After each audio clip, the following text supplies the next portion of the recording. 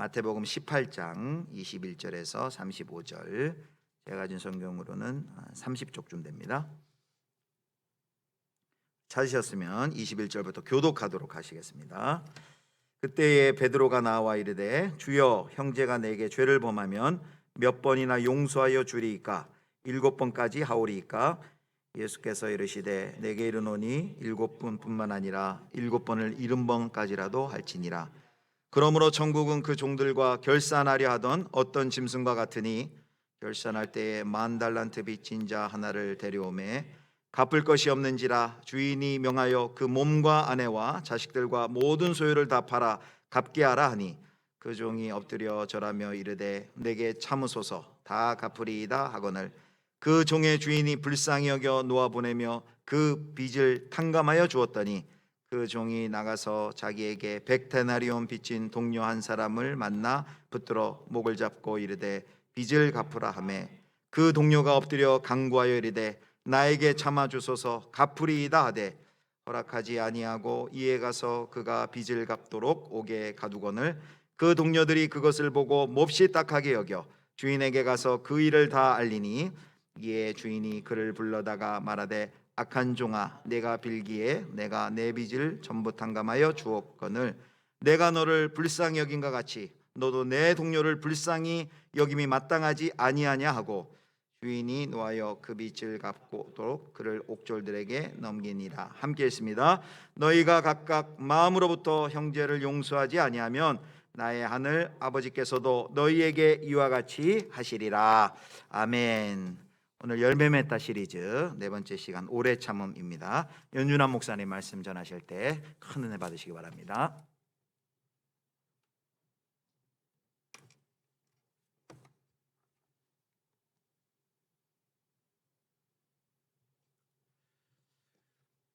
네, 만나서 반갑습니다. 현장에서 뵙지 못하고 온라인으로 뵙게 되었는데요. 그래도 함께 하나님 말씀을 나누며 우리의 신앙을 잘 세워갔으면 좋겠습니다. 오늘 말씀은 오래 참음에 대해서 이야기를 하려고 하는데요. 우리가 오래 참음에 대해서 딱 떠올리는 말은 아마 단순히 참는 것, 인내라고 생각이 됩니다. 특히 이 오래 참음에 대해서는 많은 사람들의 이견이 있겠지만 공통적으로 한 가지 공통적인 게 있는데, 훌륭한 사람들의 덕목에는 꼭 빠지지 않는다는 것입니다. 오래 참음, 끈기, 인내들은 훌륭한 사람들에게서는 꼭 나타나는 특징이라고 볼 수도 있겠습니다. 역경을 이겨내고 성공한 사업가, 또 불가능을 가능하게 했던 인권 운동가, 아무도 찾아가지 않는 오지로 찾아가 생을 마감할 때까지 자신을 희생한 의사 등 우리가 흔히 알고 있는 훌륭한 사람들은 다 끈기와 인내의 사람들이었습니다. 그 사람들은 자신의 신념을 위해서 끝까지 견디고 포기하지 않고 달려갔던 사람들입니다. 이처럼 오래 참음, 인내는 인류가 살아오면서 겪은 경험을 토대로 만들어진 것이고, 이상적인 사람의 가장 기본이 되는 토대가 되는 말이기도 합니다. 우리가 자주 사용하고 있는 속담에서도 인내, 오래 참음이 등장하는데요. 가장 대표적인 것이 참을 일자 3번이면 살인도 면한다. 이게 가장 대표적인 말이라고 생각되었습니다. 저도 참을 인자를 찾아봤는데 참 쓰기 어려워서 살인을 면할 것 같았습니다. 하지만 성경이 말하는 오래 참음은 우리가 말하고 있는 오래 참음, 세상에서 말하는 오래 참음과는 좀 다르다는 걸 알 수 있습니다. 어떤 일이나 상황에 대해서 견디고 이겨내는 것 같으나 그 원인이 좀 다릅니다. 세상에서 주장하는 오래 참음은 개인의 역량에 따른 인내를 기본으로 하지만, 성경에서 말하는 오래 참음은 그 오래 참음의 주체이신 하나님을 바라보고 그것들을 배우고 살아가는 삶을 이야기합니다. 오늘은 성령의 9가지 열매 중 4번째 오래 참음의 열매에 대해서 함께 살펴보고, 이 세상에서 어떻게 그 열매를 맺고 자라나게 할 수 있는지, 성장시킬 수 있는지 함께 살펴보려고 합니다. 먼저 오래 참음의 의미에 대해서 살펴보려고 하는데요. 영어 표현에는 patience라고 되어 있습니다. 이 patience라는 단어는 인내라는 단어로 주로 사용되었는데, 열매 맺다의 저자는 이 patience보다는 그 옆에 있는 long suffering을 조금 더 의미 있게 보았습니다. 오래 참음, 말 그대로 직역한 롱 서퍼링이 고통에 대해서 인내하고 있는 모습을 가장 잘 생생하게 표현했다고 말하고 있는 것입니다. 우리가 주목할 것은 이 앞에 있는 patience라는 단어인데 이 단어는 인내라는 단어입니다. 즉 잘 참는 것, 끈기에 대한 것을 이야기하고 있습니다. 제가 그 밑에다가 또 다른 단어로 patient, 환자를 넣어놨는데 이 두 가지의 단어의 어원이 같다고 합니다. 그러니까 과거 중세 시대의 사람들은 이 patience라는 단어를 이 patient라는 환자인 단어와 같은 의미에서 같은 맥락에서 보고 있었는데 무슨 의미냐면 인내하는 것과 환자가 되는 것이 같은 걸로 같은 맥락에 있는 걸로 본 것입니다. 무엇에서 같은 맥락으로 보았냐면 바로 수동적인 행동을 그 같은 맥락으로 보았습니다. 즉 인내를 하는 것도 수동적이고 환자가 되는 것도 수동적이 된다는 말입니다. 무슨 말이냐면 자신이 주체적으로 무엇인가 하는 것이 아니라 다른 사람에게 그 주도권을 넘겨줌으로써 그가 할 수 있는 대로 하게 냅두고 그것을 지켜보고 견디는 것, 이게 인내고 또 환자의 어원과 같다는 것입니다. 즉 오래 참음은 통제권, 주도권을 내가 갖지 않고 다른 이에게, 다른 분에게 주는 것을 의미합니다. 성경에서 봤을 때 오래 참음은 그렇습니다. 그냥 단순히 참아내는 것이 아니라 자신이 가진 주도권을 누군가에 주고 그 상황을 견뎌내는 것을 오래 참음으로 볼 수 있습니다. 즉 자신이 주체된 삶이 아니라 수동적인, 나 스스로는 수동적인 상태가 되어서 현재의 상황을 잘 견뎌내고 인내하는 것을 의미한다는 것입니다. 너무 당연스럽게도 성경에 나타난 오래 참음의 기원은 바로 하나님이십니다. 그리고 하나님께서는 그 오래 참는 모습을 성경 곳곳에서 보여주고 계십니다. 먼저 구약에 나타난 하나님에 대해서, 인내의 하나님에 대해 살펴보면 구약에는 인내라는 히브리어 단어가 없기 때문에 노하기를 더디한다라는 단어로 사용했다고 합니다. 그 이유는 히브리어에 있는 표현들 중에 인내, 오래 참음과 같은 일반적인 단어가 없기 때문입니다. 그래서 사용한 단어가 노하기를 더디하시는 이라는 뜻이라는 것입니다. 단어는 아라크 동사를 사용했습니다.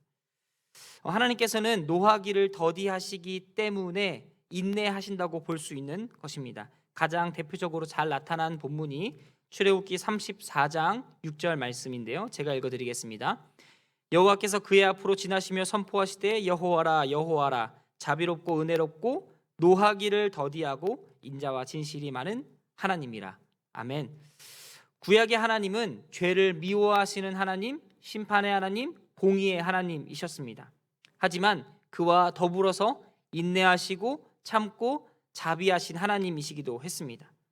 하나님 앞에서 악은 용서받을 수 없었지만 하나님께서는 그 악마저도 참으시고 인내하심으로 앞서 말한 표현처럼 하나님께서 그 모든 것을 수동적으로 만드시고 그것의 주도권을, 통제권을 사람에게 주신 것과 같이 하나님께서는 참으셨다는 것이지요. 만약 하나님께 주도권이 있었다면, 하나님께 통제권이 있었다면, 그리고 그 통제권을 행사했다면 살아있는 사람은 아무도 없었을 것입니다. 하지만 하나님께서는 인내의 하나님, 오래 참음의 하나님으로서 계속 참으시고 인내하셨습니다. 하나님께서는 그 인내를 사람들을 통해서 보여주셨습니다. 특별히 하나님께서는 선택한 사람들을 통해서 하나님의 모습을 많이 계시하셨는데요. 많은 사람들이 만날 수 없었고 대표적인 한 사람 또는 두 사람 정도만 하나님을 만날 수 있었습니다. 대표적인 사람으론 우리가 잘 알고 있는 모세가 있습니다. 그 외에도 역사적으로 하나님께서 많은 선지자들과 왕, 이러한 하나님의 사람들을 통해서 하나님을 계시하셨고 하나님의 오래 참음과 끈기와 인내를 말씀을 통해서 계속해서 가르치시고 알려주셨습니다. 그러므로 하나님의 노하기를 더디하심이 그리고 그 주도권을 우리에게 주심이 지금까지 우리를 살게 하는 하나님의 오래 참음, 인내인 것입니다. 하나님의 방법으로는 세상의 모든 악은 멸해야 하고 멸망해야 되지만 그 주도권을 넘겨주심으로 인내하심, 페이션스 하심으로 지금까지 기다려주고 계신 것입니다. 하지만 하나님의 인내는 여기서 멈추지 않습니다. 이러한 하나님께서는 그 인내의 절정을 예수 그리스도를 통해서 이 땅에 나타내셨습니다. 하나님께서 성육신하셔서 이 땅에 예수님이라는 한 분의 사람으로 오셨습니다. 그 예수님은 참 하나님이시고 또 참 사람이었습니다. 그렇기 때문에 죄가 없으셨고 하나님의 사역을 완성시키기에 가장 적절한 분이셨습니다. 하나님의 오래 참음의 결정판은 바로 예수님입니다. 이 땅의 죄를 참는 것을 넘어 그 죄를 해결하시기 위해 적극적으로 인내하신 하나님의 모습으로 볼 수 있습니다. 또한 그리스도의 제자들은 예수님을 본받아 그 인내를 삶에서 나타내기 위해 부단히 노력했습니다. 그들은 그리스도의 초림과 재림 사이에 살고 있는 사람들로서 그 땅 가운데 예수 그리스도의 재림, 그분이 다시 오실 심판의 그날을 기다리며 인내하는 사람들이었습니다. 예수님의 제자들은 이 땅에서 인내함으로 연단받고 그 연단 속에서 인내 속에서 소망을 찾아갔습니다. 하지만 그리스도의 재림은 역사적으로 일어나지 않았습니다. 물론 앞으로 그리스도의 재림은 일어날 것이지만 그 당시 사람들에게 오지 않는 것처럼 느껴졌다는 것입니다. 어떤 사람들은 예수님이 오지 않는 걸 보고 재림하시지 않는 걸 보고 예수님께서 늦게 오시거나 지금은 안 오실 거라고 주장하기 시작했습니다. 그리고 예수님이 실제적으로 나타나지 않자 이 사람들의 주장은 더욱더 힘을 얻게 됩니다. 이에 사도 베드로는 그들의 주장에 대해서 하나님의 오래 참음으로 반박하고 그들을 다시 권면하고 있습니다. 베드로후서 3장 9절인데요. 주의 약속은 어떤 이들이 더디다고 생각하는 것 같이 더딘 것이 아니라 오직 주께서는 너희를 대하여 오래 참으사 아무도 멸망하지 아니하고 다 회개하기에 이르기를 원하시느니라. 아멘. 하나님의 계획은 그렇습니다. 지금 당장 한 사람 두 사람 구원받는 것이 아니라 온 인류가 구원받을 수 있도록 끝까지 기다리시고 참으시고 인내하시는 모습을 보여준다는 것이지요. 우리의 생각으로는 그리스도의 재림이 빨리 와서 우리가 구원받고 끝났으면 좋겠지만 하나님께서는 하나님의 계획 속에 있는 모든 자들을 구원하시기 위해서 지금 이 시간도 충분히 참고 계시다는 것입니다. 인내하고 계시는 하나님이라는 것이지요. 그래서 우리는 하나님의 그 인내 속에서 인내를 배우고 또 우리의 삶에서 인내를 실천하며 그곳 가운데 소망을 찾아가야 하는 것입니다. 오늘 우리가 읽은 본문 마태복음 18장 21절부터 35절의 말씀은 그 앞부분에 양을 잃어버린 목자의 심정과 하나님의 심정을 비유로 잘 보여주고 있습니다. 예수님께서는 이에 이어서 어떻게 하면 하나님의 사랑을 좀 더 이해할 수 있을까 비유로 잘 설명해 주고 계시는데요. 하나님께서 가장 기뻐하시는 일은 양 한 마리 찾는 것, 한 영혼을 찾는 것이라고 이야기해 주고 계십니다. 하지만 세상의 기준으로 봤을 때 이는 굉장히 어리석고 효율적이지도 않다고 보여진 것입니다. 왜냐하면 사람들이 생각했을 때 양 100마리 중에 한 마리를 잃어버린 것 때문에 99마리를 내팽겨치고 한 마리를 찾으러 다니는 것이 효율적이지 않다고 느꼈기 때문입니다. 이는 전혀 생산적이지도 않고 필요 없는 일처럼 느껴집니다. 그 예수님의 제자들도 그와 같은 생각들을 갖고 있었을 것입니다. 제자들 역시 세상에 사는 사람들로서 세상의 가치관에 물들어 있었고 예수님께서는 그 잘못된 가치관을 바로 잡아주기 위해서 제자들에게 교육하고 알려주고 계신 것입니다. 위에서도 언급했듯이 하나님은 인내의 기원이십니다. 참는 것조차도 하나님으로부터 나왔고 우리는 이를 보며 우리가 어떻게 견디고 인내해야 되는지 잘 배워야 합니다. 다만 하나님께서 가진 특별한 속성들은 인정하면서 우리가 배울 수 있는 것을 살펴보아야 합니다. 전에도 읽었지만 베드로후서 3장 8절 9절에는 이렇게 기록되어 있는데요. 사랑하는 자들아 주께는 하루가 1000년 같고 1000년이 하루 같다는 이 한 가지 사실을 잊지 말라. 주의 약속은 어떤 이들이 더디다고 생각하는 것 같이 더딘 것이 아니라 오직 주께서는 너희를 대하여 오래 참으사 아무도 멸망하지 아니하고 다 회개하기에 이르기를 원하시느니라. 베드로가 이야기하고 싶은 것은 이것입니다. 하나님께서는 역사 속에 계신 하나님이시지만 시간의 구애를 받지 않는 하나님이라고 말하고 싶었던 것입니다. 하나님의 시간은 영원합니다. 우리가 생각하는 3차원이나 4차원에 가둘 수 있는 분이 아니라는 것이지요. 하나님께서는 영원하시고 불변하시고 전지전능하시기 때문에 우리의 생각을 뛰어넘어 우리가 상상할 수 없는 계획들로 우리의 삶을 채워가십니다. 하나님께서는 그리고 그 계획을 지금도 앞으로도 계속 이루실 것입니다. 하나님께서는 인류를 구원하기로 계획하셨고 실행하셨고 지금도 미래에도 이루어 가실 것입니다. 우리는 그 속에서 인내함으로 소망을 발견하고 있는 사람들인 것입니다. 또 하나님의 모습을 보면 하나님은 인내와 위로의 하나님이라고 이야기합니다. 로마서 15장 5절에서 7절인데요. 이제 인내와 위로의 하나님이 너희로 그리스도 예수를 본받아 서로 뜻이 같게 하여 주사 한 마음과 한 입으로 하나님 곧 우리 주 예수 그리스도의 아버지께 영광을 돌리게 하려 하노라. 그러므로 그리스도께서 우리를 받아 하나님께 영광을 돌리심과 같이 너희도 서로 받으라. 여기서 이야기하고 있는 것은 하나님께서 인내와 위로의 하나님이라는 것입니다. 하나님께서는 끝까지 참으시고 그 참으심 속에서 우리에게 소망을 주시는 하나님이라는 것입니다. 우리의 삶은 너무도 바쁘고 정신없이 돌아가면서 하나님을 잊고 살고 이 땅 가운데 가치 없는 것들을 향해 달려가지만 허무주의에 빠진 이 세상 가운데 낙심해 있을 때에 한 줄기 빛처럼 오셔서 우리의 삶을 비추시고 그곳 가운데 위로하시고 소망을 발견하게 하시는 하나님이라는 것입니다. 그것의 절정이 바로 예수 그리스도입니다. 예수님께서는 우리를 찾아오셔서 우리를 받으시고 하나님의 영광이 되게 만드신 것 같이 우리도 서로 그렇게 하라고 배우라고 이야기하고 있는 것이지요. 하나님께 나아가기 전에 우리가 먼저 죄를 없애야 합니다. 그리고 그것이 하나님께 나아가는 바로 첫 걸음입니다. 그래서 우리는 예수님을 바라봐야 합니다. 예수님을 통해서 하나님께 나아가야 한다는 것이지요. 세 번째로 용서하시고 본이 되는 하나님이라고 성경은 기록합니다.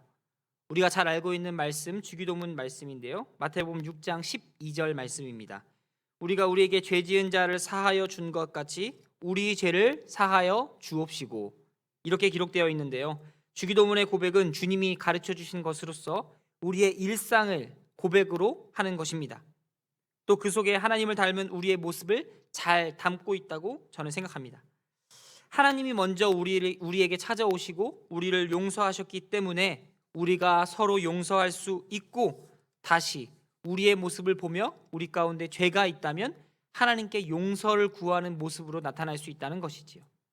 우리가 용서했기 때문에 하나님께서 우리를 용서하여 달라는 말이 아니라 이미 하나님께서 우리를 용서하심 같이 우리가 서로 용서할 테니 하나님께서 우리의 죄를 덮으시고 용서해 달라는 의미입니다.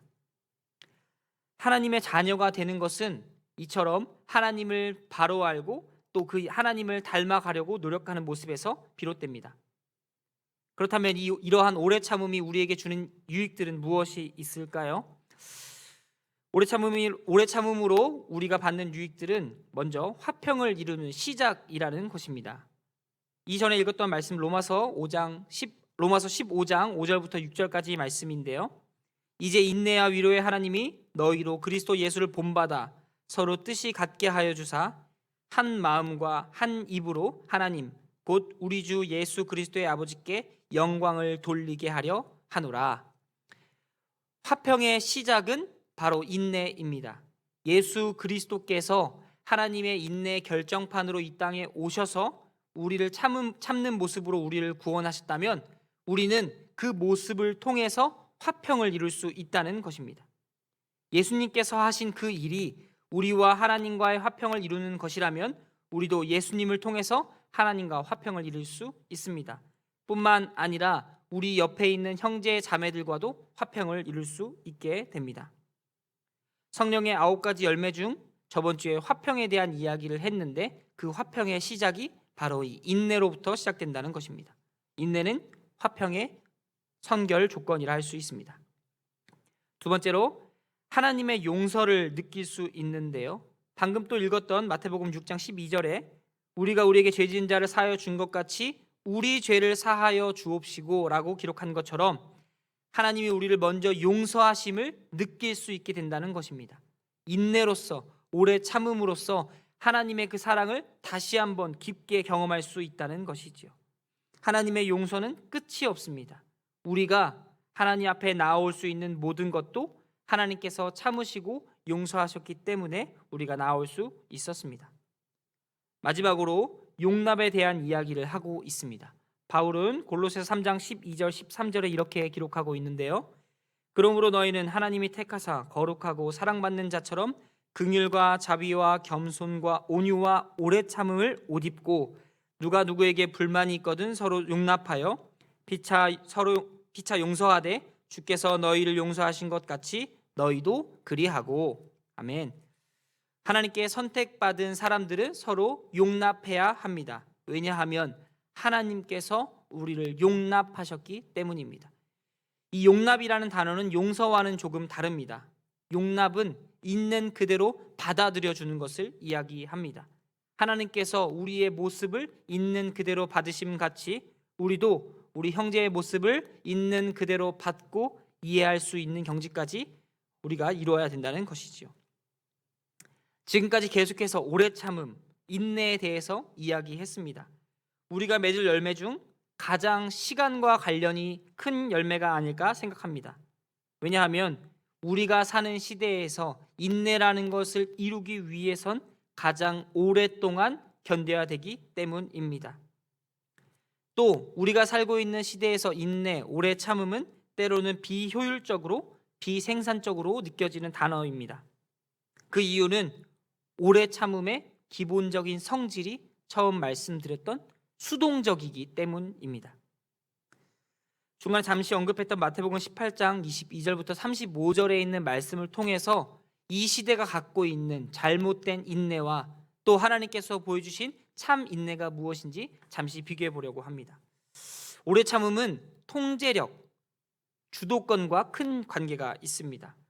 먼저 마태복음 18장 21절부터 22절에 이렇게 기록되어 있는데요. 그때 베드로가 나와 이르되 주여 형제가 내게 죄를 범하면 몇 번까지 용서하여 주리이까? 7번까지 하오리이까? 예수께서 이르시되 내게 이르노니 7번뿐 아니라 7번을 70번까지라도 할지니라. 아멘. 베드로의 고백으로 시작되는 이 비유는 형제를 용서하는 것으로 시작됩니다. 형제를 용서할 줄 모르는 사람들은 곧 천국에서 하나님께서 우리를 용서함을 모르는 사람이라고 이야기하는 것과 같다는 것이지요. 베드로의 질문을 들어보면 7번까지 용서하는 것도 마치 대단한 것처럼 느껴집니다. 하지만 예수님께서는 7번뿐 아니라 7번을 70번까지라도 하라고 말씀하십니다. 예수님의 이 말씀은 굉장히 지키기 어려운 것처럼 느껴집니다. 어떻게 7번을 70번까지 할 수 있을까요? 예수님께서는 왜 이렇게 이야기했는지 그 다음에 있는 내용들 통해서 알 수 있습니다. 오늘 본문 26절, 27절인데요. 그 종이 엎드려 절하며 이르되 내게 참으소서 다 갚으리이다 하거늘 그 종의 주인이 불쌍히 여겨 놓아 보내며 그 빚을 탕감하여 주었더니. 오늘 비유에서 임금이 그 종을 불러서 10,000달란트 빚진 것을 탕감하여 줍니다. 정말 말도 안 되는 사건이 일어나는 것이죠. 처음에 이 주인도 이 종의 모습을 보며 그 빚을 다 갚게 하기 위해서 모든 소유를 다 팔려고 했지만 종이 간구하고 간청하고 참아달라고 갚겠다고 하는 모습을 보며 긍휼히 여겨서 그 빚을 탕감해 준 것입니다. 자그마치 10,000달란트입니다. 생각조차 안 되는 어마어마한 금액이죠. 하지만 이 사람은 자신이 받은 은혜를 그 순간 잊어버린 것 같습니다. 그 다음에 나오는 29절 30절에 이렇게 기록되어 있는데요. 그 동료가 엎드려 간구하여 이르되 나에게 참아 주소서 갚으리이다 하되 허락하지 아니하고 이에 가서 그가 빚을 갚도록 옥에 가두거늘. 두 모습이 너무 대조되게 나옵니다. 임금은 그 악한 종에 대해서 그 말을 듣고 참아달라는 요청을 들어주고 오히려 탕감해 주었지만 이 사람은 자신에게 100데나리온 빚진 사람에게 그것을 갚으라고 요구하고 목을 잡고 결국 그를 옥에 넘기기까지 합니다. 우리는 여기서 하나님의 인내와 세상의 인내에 대해서 발견할 수 있습니다. 하나님의 인내는 분명히 수동적이지만 분명한 것은 그 끝에는 하나님의 긍휼하심과 자비하심이 있다는 것이지만 사람의 끝에는 사람은 인내의 한계가 있고 또 그 끝에 가면 결국 파멸과 멸망으로 그 끝이 나타난다는 것이지요. 이 세상은 그렇습니다. 주도권이 하나님께 있을 때에는 모든 것이 은혜롭고 다 탕감하여 주지만 사람에게 있을 때에는 그 사람을 감옥에 넘기기까지, 그 사람의 밑바닥을 볼 때까지 끝까지 괴롭히고 힘들게 한다는 것이죠. 이 세상은 인내에 대해서 잘못 알고 있는 것 같습니다. 그래서 예수님께서는 이거에 대한 마지막 교훈으로 35절에 이렇게 기록하고 있는데요. 너희가 각각 마음으로부터 형제를 용서하지 아니하면 나의 하늘의 아버지께서도 너희에게 이와 같이 하시리라. 무슨 말입니까?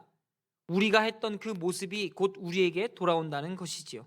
하나님께서 이미 우리에게 은혜를 베푸셔서 참으시고 그 참음을 넘어서 예수 그리스도를 통해서 구원하셨지만 우리의 모습들은 어떻습니까? 정말 작은 그 모습 하나로 형제를 정죄하고 비방하고 형제를 힘들게 하는 이 모습들을 보며 하나님께서 너희들에게 베푸신 그 은혜가 과연 합당한가를 돌아보게 만드는 그 모습을 주의하라고 이야기하고 있는 것이지요.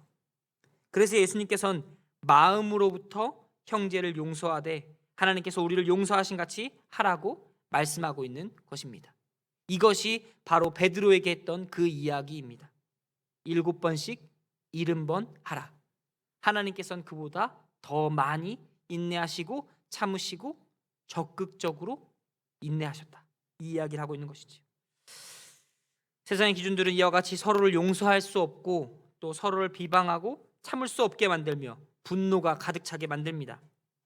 열매맺대에서는 이러한 지배 문화들이 시간과 관련되어 있다고 이야기하고 있는데요. 오래 참음을 방해하는 걸림돌들을 살펴보면 이렇습니다. 첫 번째는 시간을 세분화하고 조정하는 문화, 시간을 쪼개는 문화라는 것이죠. 또 시간을 자원으로 보는 문화라고 이야기합니다. 시간은 곧 금이다라는 말처럼 시간을 효율적으로 잘 사용하고 어떻게 사용할지 고민해보고 치열하게 생각하라는 이야기인 거죠. 또 세 번째는 생산성을 시켜 세우는 문화라고 해서 이 시간을 잘 사용해서 효율적으로 빠른 시간 내에 잘 사용하라는 의미를 담고 있습니다.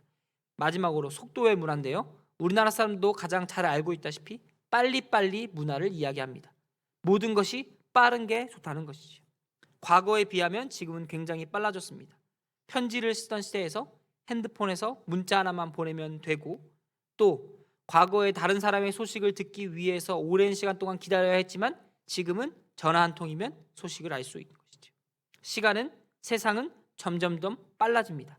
시간을 점점 쪼개고 세분화하고 조정하고 시간을 잘 사용하는 방법에 대해서 수많은 책들과 강의들이 나옵니다. 또 그 시간을 어떻게 활용하고 남들이 어떻게 해왔는지 보여주면서 생산성을 지켜 세웁니다. 그리고 이 모든 것들을 빨리빨리 하라고 이야기합니다. 그러면 우리의 삶은 점점 더 여유가 있어져야 되는데 실상은 그렇지 않게 되는 것이죠. 사람이 시간의 주인이 되면 시간을 아무리 효율적으로 사용하려고 해도 시간을 아무리 쪼개고 조정한다고 해도 그 시간들을 생산성 있게 활용한다고 해도 시간이 없습니다. 여유가 없습니다. 이것들에 대해서 좀 불편하지만 좀 예를 들어보겠습니다. 가령 예배 시간에 내가 마음에 드는 설교나 말씀, 메시지가 나오면 그 은혜는 은혜롭다고 사람들은 이야기합니다. 은혜로운 예배인 거죠. 하지만 내가 듣기에 거북하고 불편하고 또 효율적이지 않고 예배를 드리는 환경이 좋지 않고 오래 걸리고 나에게 공감되지 않는다면 그 예배는 나에게 의미 없는 예배라고 이야기합니다. 사람들은 속된 말로 시간을 버렸다고 이야기하는 거죠. 실제로 그렇습니까? 사람들은 이러한 것들을 보며 차라리 그 시간에 더 유명한 목사님 말씀 한마디 더 들을 걸, 더 유명한 찬양팀의 찬양을 들을 걸, 그게 더 나에게 유익이 될 텐데라고 이야기하고 있는 것이지요. 세상의 문화가 우리를 이렇게 바꿔놓은 것입니다. 그때 우리는 기억해야 됩니다. 이 시간이 누구의 것인지 또 누가 우리에게 허락하셨는지 잘 기억해야 됩니다. 시간의 주관자는 하나님이시며 나는 그 시간을 허락받은 사람으로서 하나님의 시간관에 맞게 사용하는 것이 바른 시간 사용 방법이고 이 시대 가운데 인내하는 사람으로서 사는 모습이라는 것입니다. 말씀드렸다시피 인내는 오래 참음은 수동적입니다. 그렇기 때문에 때로는 비효율적이기도 하고 비생산적이기도 합니다. 아무런 가치가 없는 것처럼 느껴지고 더딘 것처럼 느껴지지만 하나님께서는 그곳 가운데에서도 우리를 뛰어넘는 지혜로 우리의 삶 가운데 인내를 이루고 계십니다. 사랑하는 성도 여러분, 오래 참음의 열매는 쉽게 빨리 맺어지진 않습니다. 다른 어떤 열매보다 더욱 느리게 눈에 보이지 않을 정도로 미세하게 성장합니다. 하지만 분명한 것은 꾸준히 자라고 있고 계속해서 성장하고 있다는 것입니다. 이러한 확신이 들고 우리가 하나님 안에서 인내를 이루어갈 때 우리는 그곳 가운데 소망을 발견할 수 있는 것입니다. 마지막으로 오래 참음이라는 이 열매에 대해서 열매 맺다 시리즈에서는 이렇게 이야기합니다. 우리가 이 열매를 기르기 위해서는 우리의 삶 가운데 오래 참음의 열매가 맺어지고 있다는, 이게 우리의 이야기라는 공감이 필요하다고 이야기합니다. 오래 참음의 열매는 옆에 있는 형제 자매가 아니라 내 삶 속에서 이루어지고 있는 것입니다. 그러니 내 삶에서 이루어진 열매를 잘 가꾸시고 주변에 있는 형제와 자매들에게 그 인내에 대해서 이야기하고 나눠주시고 공감해 주십시오. 아마 인내가 더욱더 잘 성장하고 많은 상황 속에서 빛을 발할 것입니다. 또 시간의 지배자가 누구인지 기억하시길 바랍니다. 우리는 하나님의 시간관으로 살아야 합니다. 하나님의 시간은 과거도 현재도 미래도 중요하지 않습니다. 오직 하나님이 주관자이시기 때문에 하나님이 주관하시면 그게 중요한 것입니다. 우리가 지금 이 시간도 하나님의 시간으로, 하나님을 바라보고 있는 시간으로 살고 있다면 우리의 삶은 조금 더 인내에 가까워지고 있다고 저는 확신합니다. 태초로부터 지금까지 오래 참으심으로 우리를 기다리신 하나님께서 시간과 역사 속에서 우리의 삶을 만들어 가시고 또 예수 그리스도를 통해서 우리에게 다가오셨을 때 우리는 인내에 대해서 이미 한번 맛봤습니다. 앞으로 우리의 삶 가운데 오래 참는 비효율적이지만 하나님을 사랑하고 또 하나님 안에서 인내의 소망을 이뤄가는 모든 성도님들 되시길 간절히 소원합니다.